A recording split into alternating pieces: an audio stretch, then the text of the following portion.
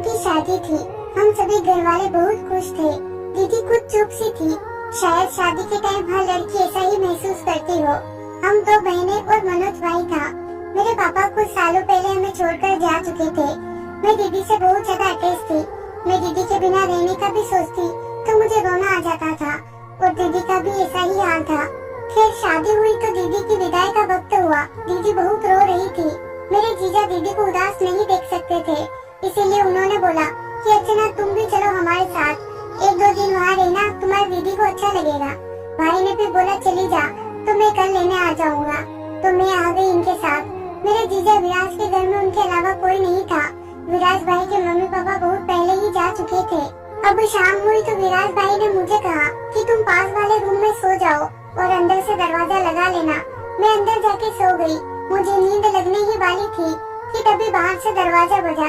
मैं डर गई कि इतनी रात को कौन आया होगा, क्योंकि दीदी और जीजा की तो आज सुहागरात है, तो वो तो नहीं हो सकते। मैं सोच ही रही थी कि विराज भाई ने आवाज दी कि अर्चना तुम्हारी दीदी तुम्हें बुला रही है। मेरा डर खत्म हुआ और मैंने दरवाजा खोला। विराज भाई ने बोला कि तुम्हारी दीदी के सिर में दर्द है, तुम जाओ अपनी दीदी के पास ही सो जाना, मैं यहाँ सो जाऊंगा। मैं सोच में पड़ गई कि आज तक दीदी के सिर में कभी दर्द नहीं हुआ, अचानक क्या हो गया। तभी मैं कमरे में पहुंची तो दीदी ने बोला कि तू आज रात मेरे पास ही सो जाना। मैं उस अजनबी इंसान के साथ घबरा जाती हूँ, पर मैं ऐसे कैसे सो सकती थी उनके कमरे में। आज दीदी जीजा की सुहागरात है। मुझे बहुत अजीब लग रहा था। मैंने दीदी को समझाया भी कि मैं तुम्हारी शादी की पहली रात में यहाँ कैसे सो सकती हूँ। दीदी ने बोला कि वो इंसान सही नहीं है, उसने मुझे धमकियाँ दी है। मैं तुम्हें नहीं बता सकती, पर मुझे उस पर बिल्कुल भरोसा नहीं है। ऐसा बोलकर दीदी सो गई। दीदी को तो नींद आ गई, पर मुझे नहीं आ रही थी। 1-2 घंटे बाद मेरी भी कब आँख लग गई पता ना चला। सुबह 8 बजे मेरी नींद खुली तो मैंने देखा कि दीदी सो रही है। मैंने दीदी को जगाया तो दीदी ने बोला कि मुझे नहीं उठना, थोड़ी देर और सोने दे। फिर दीदी तो नहीं उठी, पर जैसे ही मैं कमरे से बाहर निकली तो किचन से आवाजें आ रही थी। मैं सोच रही थी कि जीजा के अलावा और कौन है, उनके साथ दीदी तो सो रही है। मैं किचन में पहुंची तो देखा जीजा नाश्ता बना रहे थे और वहाँ एक औरत थी जो विराज भाई की मदद कर रही थी। वो और कोई नहीं, काम वाली बाई थी। मुझे देखते ही बोली दुल्हन तो बहुत ही खूबसूरत है। इतने में विराज भाई मुड़े और मुझे देखा तो हंसने लगे और बोला कि ये तो साची की बहन है। फिर विराज भाई मुझसे बोले कि तुम्हारी दीदी उठ गई हो तो उनको बोलो एक बार अपनी शक्ल इनको दिखा दे। मेरा सर खा गई है जमुना। जमुना काम वाली बाई का नाम था। मैं वहाँ से मुस्कुराते हुए दीदी के पास गई तो दीदी नहाकर तैयार हो चुकी थी। अब हम नाश्ता करने बैठे तो जमुना ने दीदी को बोला दीदी आप बहुत प्यारी लग रही हो। तो साची ने गुस्से में उसकी ओर देखा। वैसे भी दीदी का मूड इस घर में आने के बाद कुछ अलग ही नजर आ रहा था। दीदी पहले तो कभी गुस्सा नहीं करती थी। आज फिर शाम को दीदी ने मुझे अपने कमरे में बुलवा लिया। दीदी का सिर दर्द आज फिर से हो रहा था। 4-5 दिनों से ऐसा ही चलता रहा। फिर एक दिन विराज भाई ने मुझसे बोला तुम उस कमरे में सो जाओ। मैं जाकर सो गई। 2 घंटे बाद मुझे कुछ आवाजें सुनाई दी और मैंने सुना तो पता चला कि ये आवाजें दीदी के कमरे से आ रही है। पर मैंने सोचा कि ये उन दोनों के आपस की बात है, मुझे उनकी बातें नहीं सुनना चाहिए। पर आवाजें तेज होती गई, मुझसे रहा नहीं गया। मैं कमरे से बाहर निकली तो दीदी के रोने की आवाजें आ रही थी और विराज भाई बोल रहे थे कि ये तुम्हारे रोज का नाटक हो गया है, जब भी बात करो तो सिर दर्द हो जाता है। और विराज भाई बोल रहे थे कि अर्चना को जाने दो, मैं चाहता हूँ कि हम एक दूसरे को समझे, पर तुम मुझे अपने करीब भी नहीं आने देती। दीदी में जोर जोर से चिल्ला रही थी कि अर्चना 1 महीना कहीं नहीं जाएगी, वो मेरे पास यही रहेगी, फिर तो मुझे रहना ही है। मैं भी सोच में डूब गई कि 1 हफ्ता भी शादी को नहीं हुआ और विराज भाई दीदी पे चिल्ला रहे हैं, उन्हें रुला रहे हैं, मेरे बारे में भी बोल रहे हैं। मुझे शक हुआ कि दीदी ने बोला था कि इस इंसान ने मुझे धमकियाँ दी है। तो फिर मैंने सोचा कुछ दिन रुक ही जाती हूँ, अब मुझे सच्चाई जाननी थी, इसीलिए मैं वहीं रुक गई। मैंने सोचा कि चलो रुक जाते हैं। इसीलिए सुबह जब भाई का फोन आया तो मैंने भाई को मना कर दिया कि मुझे अभी लेने न आए। एक दिन जीजा अचानक से बोले चलो आइसक्रीम खाने चलते हैं। दीदी ने मुंह बिगाड़ते हुए फट से मना कर दिया और कहा कि आइसक्रीम तो अर्चना को पसंद है। मुझे वाकई में पसंद तो थी, पर मैं अकेले जीजा के साथ कैसे जा सकती थी। दीदी ने कहा कि अर्चना को ले जाओ, तो जीजा ने भी बोला कि ठीक है मैं अर्चना को लेके जा रहा हूँ। जब हम आइसक्रीम खा रहे थे तब विराज भाई मुझसे बोले कि तुम कितनी खुश रहती हो, कहीं भी जाना हो तो मजे से जाती हो। एक तुम्हारी दीदी है, बिल्कुल मूडी है, कभी भी ले जाओ तो झट से मना कर देती है। पता नहीं क्यों पर विराज भाई की बातें मुझे अच्छी नहीं लगी। फिर विराज भाई ने मुझे आइसक्रीम खिलाई और मेरे और दीदी के लिए जूस पैक करवाया। अब रोजाना विराज भाई मेरे लिए जूस लाया करते थे और मैं भी पी लेती थी। वैसे वो मेरे भाइयों जैसे थे। एक दिन मुझे बहुत तेज का बुखार हुआ तो दीदी मुझे हॉस्पिटल लेकर गई। वहाँ जो डॉक्टर ने मुझे बोला वो सुनकर तो मेरे होश उड़ गए। डॉक्टर बोला कि अर्चना प्रेग्नेंट है। मुझे अपने कानों पर यकीन नहीं आ रहा था, ऐसे कैसे हो सकता है। मैं और दीदी ये सुनते ही वहीं पर रोने लगे।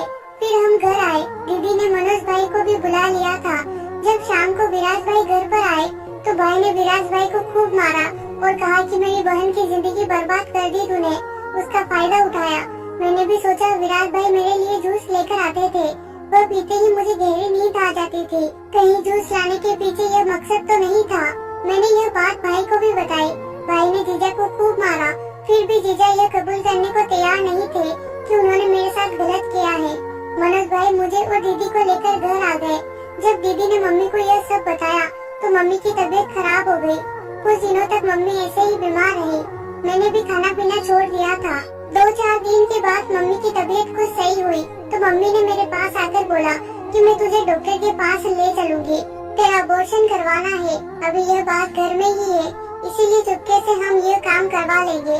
मैं भी यही चाहती थी, भला मैं अपनी जिंदगी क्यों बर्बाद करूं।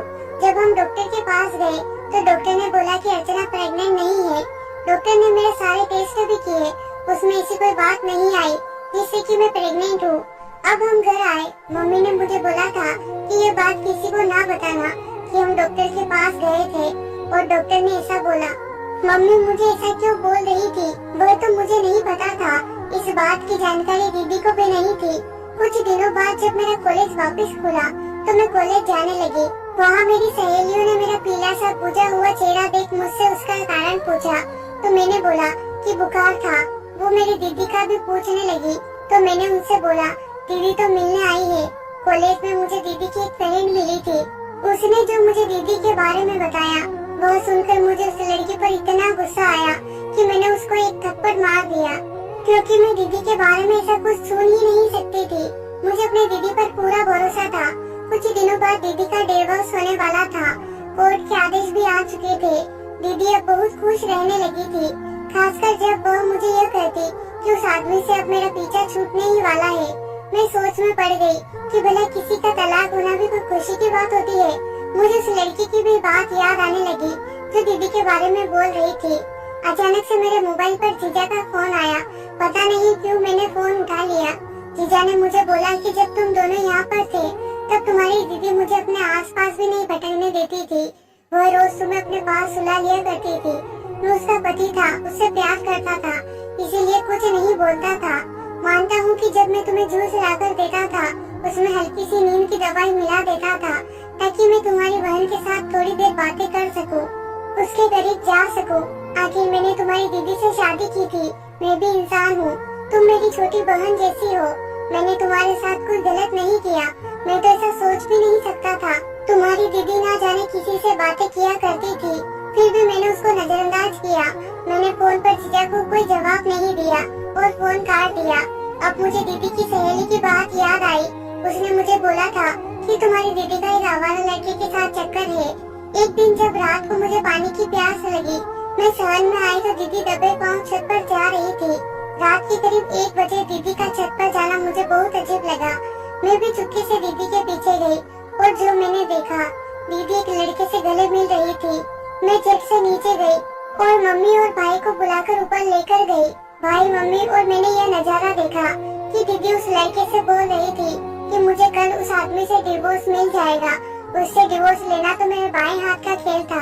भाई ने उस लड़के को पकड़ा और मारने लगा। वह लड़का तो जैसे तैसे भाग गया। दीदी को भी सबने खूब बातें सुनाई। अब मुझे दीदी की सच्चाई पता चल चुकी थी, इसीलिए मैंने कोर्ट में जीजा के पक्ष में बोला। जीजा को कोई सजा नहीं हुई। दीदी का विराज भाई से डिवोर्स हो गया। अब भाई ने भी उसी आवारा लड़के के साथ में दीदी की शादी करवा दी। मेरी भी शादी हो चुकी थी। मैं अपने पति के साथ बहुत खुश हूँ। आज मैं अपने पति के साथ शॉपिंग करने आई हूँ। एक दुकान में मैंने दीदी को जॉब करते हुए देखा। शायद अब मोहब्बत का भूत भी उतर गया था। उस आवारा लड़के ने अपनी औकात दीदी को दिखा दी होगी। प्यारे दोस्तों, आप कहानी सुनते हो, पढ़ते हो, आपको अच्छी भी लगती होगी। अगर आपको वीडियो अच्छी लगती है तो आप वीडियो को लाइक क्यों नहीं करते और चैनल को सब्सक्राइब क्यों नहीं करते? कहानी सुनने के लिए आपका बहुत बहुत शुक्रिया दोस्तों।